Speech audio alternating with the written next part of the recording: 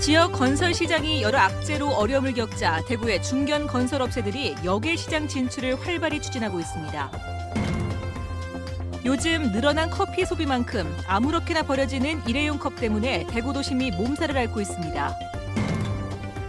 대구 공구 골목에 중구청이 불법 주정차 단속 카메라를 설치하자 상인들이 거리 특성을 무시한 단속이라며 반발하고 있습니다. 공연 문화도시 대구의 대표적 축제로 자리 잡은 대구 오페라 축제가 한 달 뒤에 개막합니다. 여러분 안녕하십니까? 대구 경북 소식 전해드립니다. 오늘 첫 소식은 테이크아웃 음료를 즐기시는 분들 주의해서 보셨으면 합니다.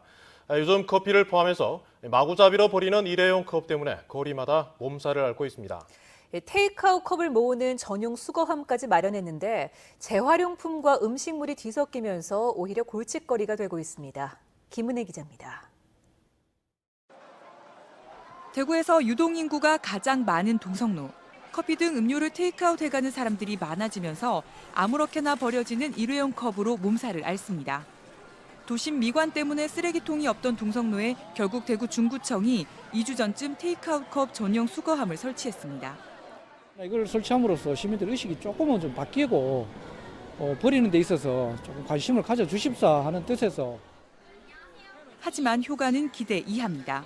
액체만 모으는 곳에 쓰레기가 버려져 있고 1명, 2명 그냥 놓고 간 일회용 컵들이 산처럼 수북히 쌓여 눈살을 찌푸리게 합니다.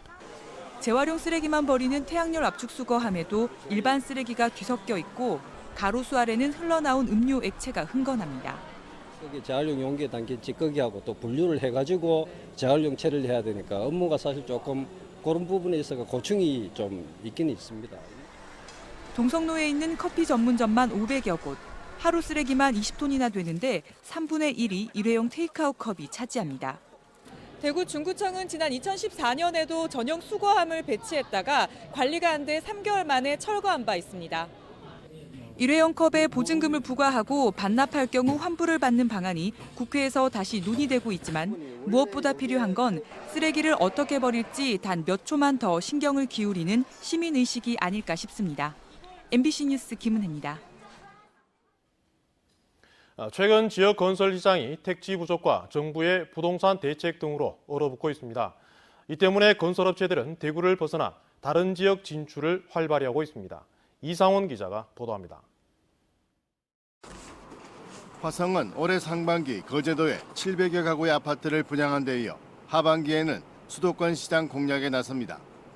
다음 달 인천 영종도에 아파트 600여 가구를 분양하고 내년 초에도 경기도 파주와 인천 영종도에 1,600여 가구의 아파트를 분양할 계획입니다.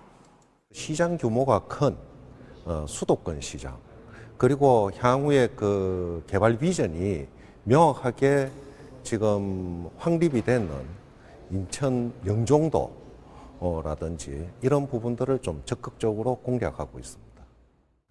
주식회사 서한 역시 3년 전부터 부산 진해 경제자유구역, 인천 청라국제도시 개발사업 조경공사를 수주하는 등 다른 분야 진출도 활발하게 추진하고 있습니다.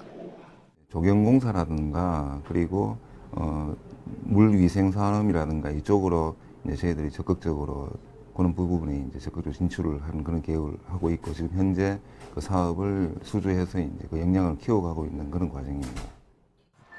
태왕 역시 지난 6월 강원도 원주에 800여 가구 아파트 공사를 수주했고 울산에서 진행되고 있는 7조 원 규모의 대규모 플랜트 공사 3곳에 현장 시공에 참여하고 있습니다.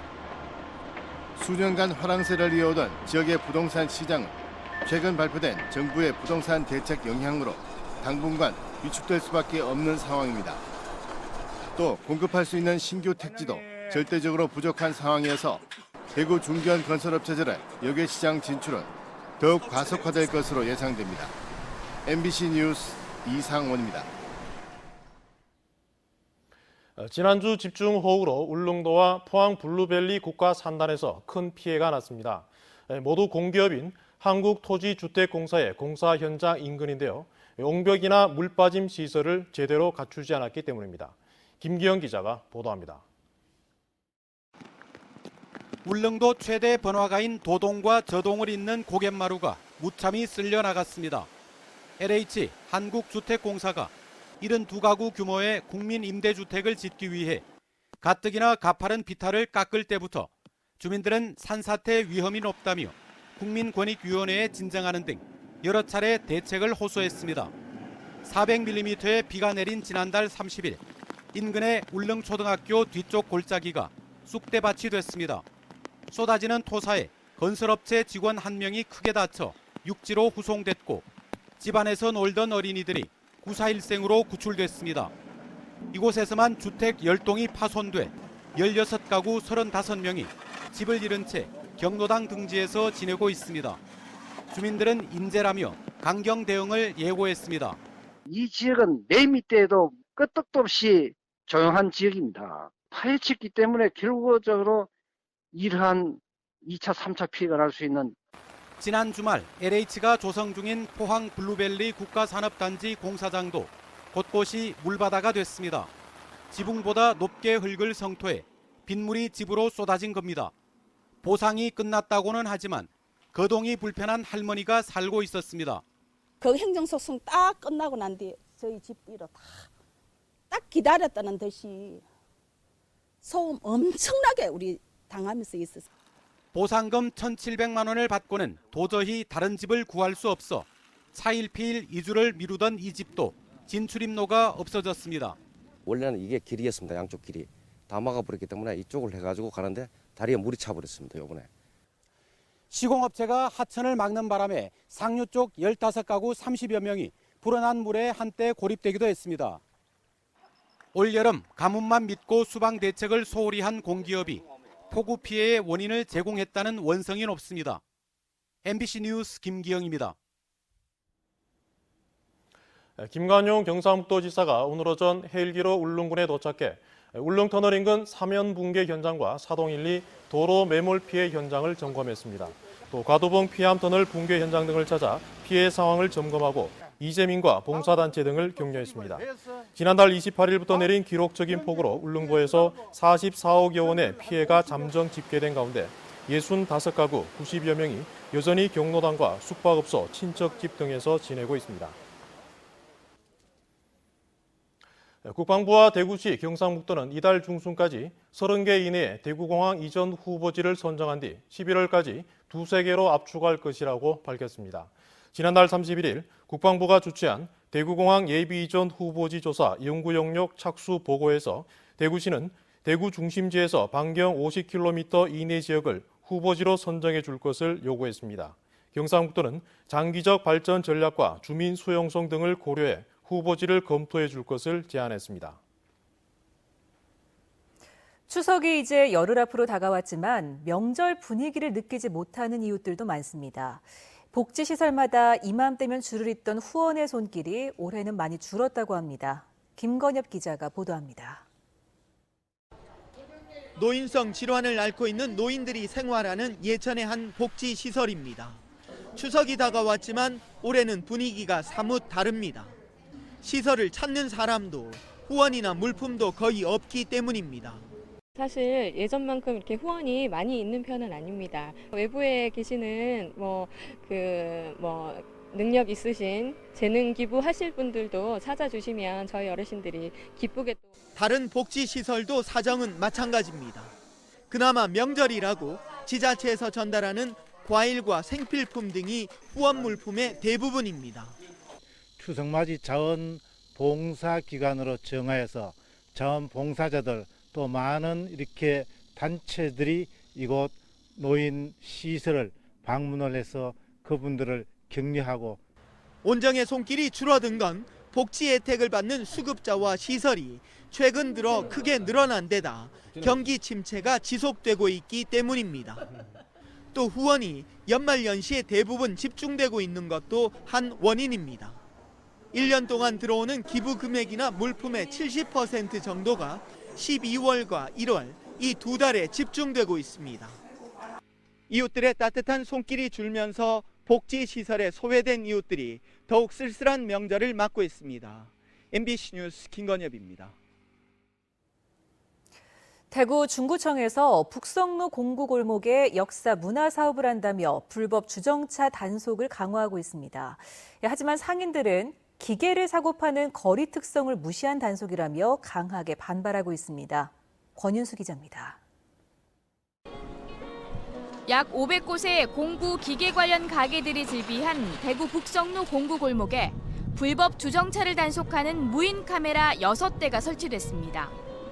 1909년 순종 황제가 이토 히로부미와 함께 대구에 왔을 때 지나간 길이라고 해 중구청이 순종 황제 어각길 조성 사업을 펼치고 있습니다. 바닥에 대구 읍성을 상징하는 돌을 깔고 각종 조형물을 설치해 관광객을 유치하려는데 불법 주정차가 걸림돌이라며 뿌리 뽑겠다는 겁니다. 하지만 상인들은 무거운 기계류를 취급하는 골목의 특성상 손님들이 차를 가져와 가게 앞에 세울 수밖에 없는 실정이라며 반발하고 있습니다. 그래서 한 3, 40분 걸리는 경우도 있어요. 그럼 그 손님은 차를 잠깐 주차를 시켜야 되는데 그럼 저 어디 가서 세우고 있어요. 물론 주차장이 있으면 공용주차장이 많잖아요. 가면 될 수 있어요. 그 어가길 때문에 주차 간섭하는데 그건 말도 안 되는 소리고 이 상권을 죽이는 기고 이 특수 골목 아닙니까? 그죠? 실제로 손님들은 단속에 많은 부담을 느끼고 있습니다. 물건 구하러 오는 입장에서는 많이 부담되거든요. 그리고 또 볼일 보면서 또 단속을 당한 사람들도 지금 제법 있고. 그리고 한번 물건 구하러 여기까지 일부러 나와가지고 뭐 주정차 4만 원 끊기고 이러면은 부담이 제일 심하죠. 중구청은 10분 이상 주차하면 과태료를 물리는 다른 곳과는 달리 20분까지 허용한다며 추석 이후 단속을 시작하겠다고 밝혔습니다. 상습 불법 주정차, 또 도로변 노상 적치물, 또 이중 주차 등으로 인한 보행자 안전사고 예방과 원활한 차량 소통을 위한 주차 질서 확립의 그 목적이 있다고 하겠습니다.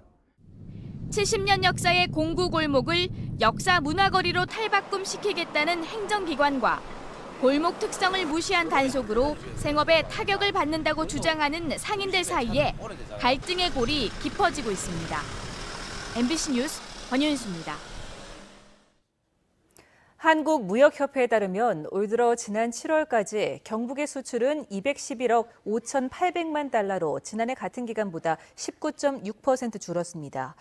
품목별로는 중국 철강제의 저가 공세로 철강판이 16.8%, 철강관 및 철강선이 30.8% 줄었고 수출 국가별로는 중국이 26.5%, 일본은 36.8% 각각 줄었습니다. 공연문화도시 대구의 대표적 축제 가운데 하나인 대구 오페라 축제 개막이 한 달 앞으로 다가왔습니다. 비제의 카르멘과 베토벤의 피델리오 등 유명 작품들이 무대에 오르는데요. 달빛 동맹을 맺은 광주와의 협연도 눈길을 끌고 있습니다. 양관희 기자가 보도합니다. 다음 달 6일 개막할 제14회 대구 국제 오페라 축제는 베토벤 정신으로 알려진 고난에서 환희로를 주제로 5개의 주요 오페라를 무대에 올립니다. 개막작인 푸치니의 라보엠은 대구와 광주가 함께 공연을 준비해 달빛 동맹의 의미를 살리기로 했습니다. 이 추진하는 과정 속에서 우리 대구 오페라 하우스에서 아주 무심양면으로 여러 가지로 많이 도와주시고 개막 작품인 라보엠을 광주에서 같이 이렇게 준비해서 무대에 올리기로 이렇게 했습니다. 개막에 앞서 지난 6월 대구 오페라 하우스가 독일 본 국립극장과 함께 본에서 푸치니의 나비 부인을 공연한 데 이어 이번에는 베토벤이 남긴 유일한 오페라 피델리오를 대구에서 본 국립극장과 함께 무대에 올립니다. 피델리오에서 또 주역으로 이렇게 노래를 하게 됐는데요. 이런 자리를 마련해 줌으로써 저희 성악가 그리고 예술가들이 이렇게 마음껏 말하자면 놀 수 있는 그런 무대를 마련해 주셔서 너무 감사드리고 2003년 시작한 대구 국제 오페라 축제는 지난해까지 모두 4차례 문화체육관광부로부터 최우수 공연예술, 관광자원화 지원 사업으로 선정될 정도로 좋은 평가를 받고 있습니다. 깊은 감동을 통해서 그냥 심적으로나 육체적으로 힘든 사람들에게 큰 위로와 감동을 주는 게 클래식의 특징이죠. 지난해까지 47만여 명의 관람객이 찾아 오페라 분야에서는 전례를 찾기 힘든 평균 객석 점유율 85%를 기록하는 등 대구 국제오페라 축제가 공연 문화도시로서 대구의 위상을 높여가고 있습니다. MBC 뉴스 양관입니다. 대구도시철도공사가 최근 시공업체인 현대로템과 시민단체와 함께 2호선 스크린도어를 합동 점검한 결과 역사 3곳에 설치한 스크린도어 외관 두께가 품질 기준에 미달했다고 밝혔습니다. 또 2호선 12개 역사 스크린도어에 쓰이는 앵커볼트 5,200여 개 가운데 85%가 비규격품인 것으로 나타났습니다. 도시철도공사는 시공업체를 형사 고소하고 문제가 있는 스크린도어를 재시공하기로 했습니다. 통합학교 재정지원의 근거를 마련하기 위한 조례가 오늘 대구시의회 상임위원회에서 의결됐습니다. 대구시의회 배재훈 의원이 발의한 대구시 통합학교 재정지원에 관한 조례는 통합학교 지원을 위한 예산의 관리 방법, 지원 사업을 구체적으로 정하고 학부모와 학생 등의 의견 수렴 절차를 거쳐 지원 계획을 수립하도록 규정했습니다. 이 조례는 오는 9일 본회의에서 통과되면 바로 시행될 예정입니다. 경상북도는 정부 예산안의 국회 심의 과정에서 1,100억 원을 증액하기로 하고 정병윤 경제부지사가 나서 오늘 국회에서 포항과 구미 국회의원들을 만나 경제산업 분야 주요 현안을 설명하고 전폭적인 지원을 요청했습니다.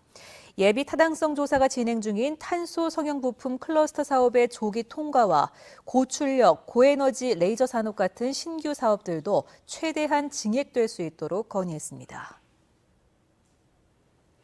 한국가스안전공사 대구경북지역본부는 대구 북구 검단동과 구암동에서 65살 이상 노인이 살고 있는 120가구에 가스 안전장치인 타이머콕을 무료로 설치해줬습니다. 타이머콕은 사용자가 지정한 시간이 지나면 가스를 자동으로 차단해주는 장치로 가스렌지를 켜놓고 외출하면서 발생할 수 있는 화재를 예방할 수 있습니다. 청도 공영사업공사에 따르면 청도 솥싸움장이 개장한 이래 지난 3일 기준으로 연도벌 최고 매출액인 200억 원을 처음 돌파했습니다. 경기장 입장 관람객도 3일까지 56만 명으로 지난해에 비해 23% 늘었습니다. 청도 공영사업공사는 다양한 기획 경기를 늘리고 경기 박진감을 유도하는 솥싸움 경기력 향상에 집중한 덕분으로 분석하고 있습니다. 대구지방법원 제4형사부는 법원의 공사 방해금지 가처분 결정에도 불구하고 한전의 송전탑 건설 공사를 방해하고 경북도청 회의실을 점거한 혐의 등으로 기소된 모 정당 관계자 25살 B씨에게 징역 6개월 집행유예 2년의 원심을 깨고 벌금 500만 원을 선고했습니다. 재판부는 초범이고 경상북도가 처벌을 원하지 않는 데다 범행의 동기 등을 고려할 때 1심의 형이 너무 무거워 감형하게 됐다고 밝혔습니다. 대구 영북 소식이었습니다.